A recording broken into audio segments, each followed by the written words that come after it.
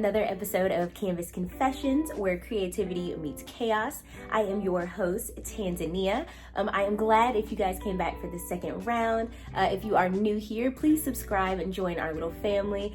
Here I just kind of tell stories that you guys sent in, confessions, anything like that. And I also paint just to keep my hands busy. So if that is something that you are into, again, like I said, subscribe and join our family, and we are glad to have you. So without further ado, we're going to jump right into that first story. All right, so that first one we have up is going to be a nurse confession, and it says that my mom had a patient who was a bedbound woman in her 90s. Now, she was generally unresponsive, but sometimes she had flashes of recognition. Now, anyone can tell you that, like, if you have dementia, anything like that, or if you know anyone that has dementia, they'll tell you that it's good to have like family come around or people that you're familiar with come around, just because you get to that state where everything's unfamiliar to you, so it keeps like you or that patient from like freaking out. So they always tell you to have family or some familiar things around you. And so this woman was from a place that they really prided themselves on their university and the university's football team. So her family had attended this university for several generations. And however, the great-granddaughter not only chose to go to a different school, but she chose to go to her family's rival university. Now, her family was supportive of her decision, but of course they often like joked about her being, the rebel or the Judas of the family. And so one day the whole family came to visit, and while they were joking about the school, now remember I said the woman was generally unresponsive. So one day she literally sat up, looked at the great-granddaughter, said traitor, and died. If that is not your literal definition of a ride or die, I don't know what is. Like, she ate that up. Like, she meant that. Like, she took that to her grave, literally. So, jumping into that next one. This is a fetish confession. Trigger warning, maybe? It's weird. I don't think it may trigger anyone, but like, it's just weird. So, my friend goes over to different girls' houses, not to have sex or anything, but to steal their dirty underwear while they're in the bathroom or another room. He has a box which includes a pair of my sister's underwear that he admitted to stealing. No one in the house noticed, and I'm sure I'm the only one who knows. I wouldn't be. I'm telling the police. I'm calling the police. Like, are you crazy? Is you cool? Like, once I would have heard you have my sister's underwear, like, we had to tussle. All right, so for our next one, I'm gonna go into something a little bit lighter, just because that was very weird and bizarre. So I kind of want to like lighten the mood. The next one is a couple confession, and it's really short, but it says that sometimes me and my girl pretend to go house hunting just so we can have quickies in people's houses.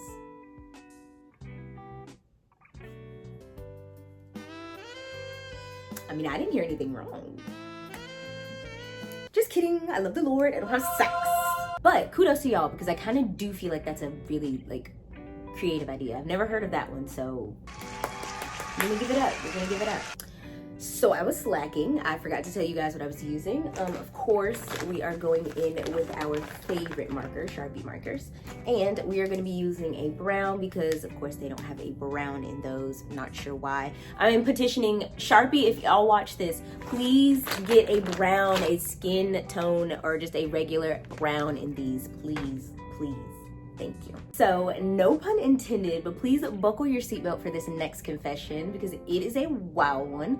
It is called the belt buckle murder confession. One day, my dad, out of nowhere, drunkenly confessed to my mom that he and my cousin picked up a hitchhiker near the beach in the early 90s.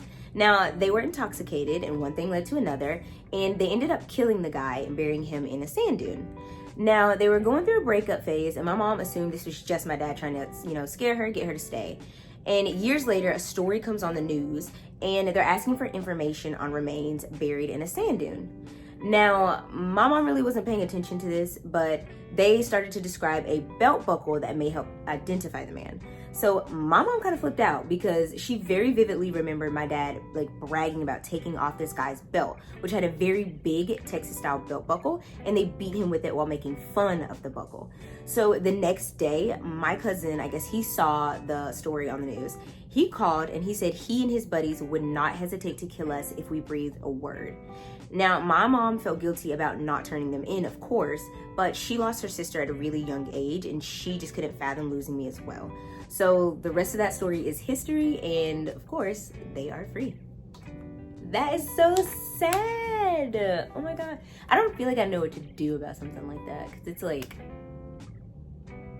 I don't know about that one. Like, I feel like if I had a kid, like, yes, my conscience is gonna eat me up, but like, if I had a kid and you guys threatened to kill me and my kid, like, I feel like I'm gonna protect my kid as a mom.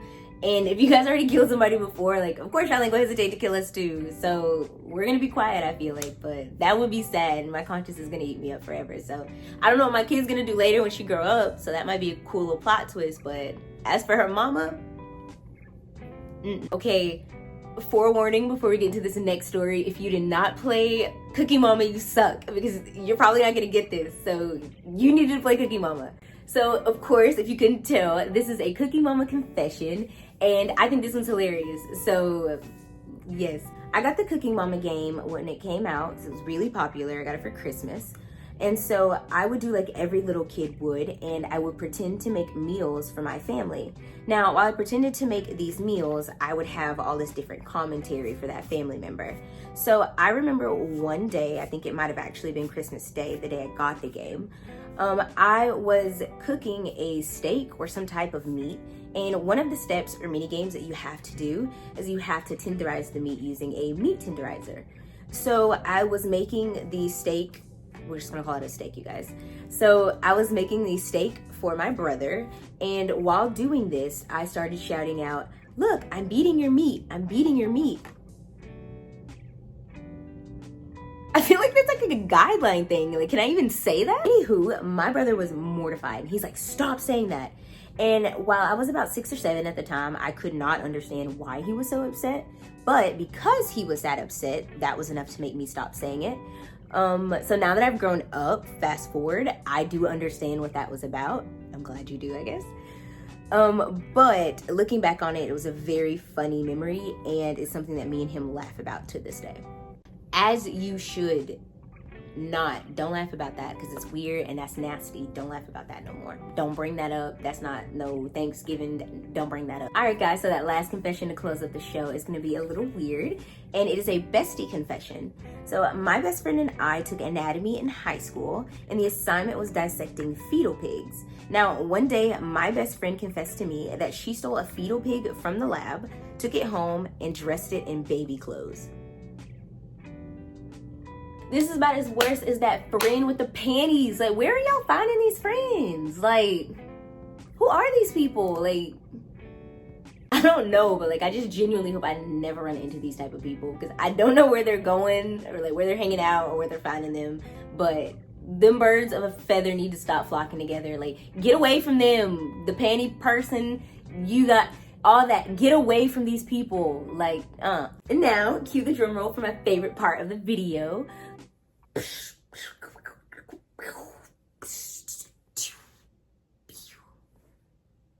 The big final reveal. So just a little backstory. I don't know if you guys ever watched Codename Kids Next Door, but if you know who number 3 is, this is really gonna ding. This is really gonna hit. It's gonna push some buttons and jog some memories. This is my little photo. This is number 3. Now, it's really weird, and it's a honest to God coincidence that we're like wearing the same colors. I promise that was not planned. But this is number 3. Of course, you drew with like the different skin tone, but you know, this is just her in a cute little outfit. She's that little pullover and a little hat. It's getting cold outside, of course, so a little winter outfit's cute. All right, that is our show. Thank y'all so much for watching. I hope you guys really enjoyed. If you did, leave a comment, like, and subscribe. I hope I can keep doing these videos for you guys in the future. Of course, hit that link down below or text that number and send in all of you guys' submissions. I'll be reading all confession stories and everything like that in future episodes. I hope you enjoyed again. Subscribe and have a good rest of your day. Bye.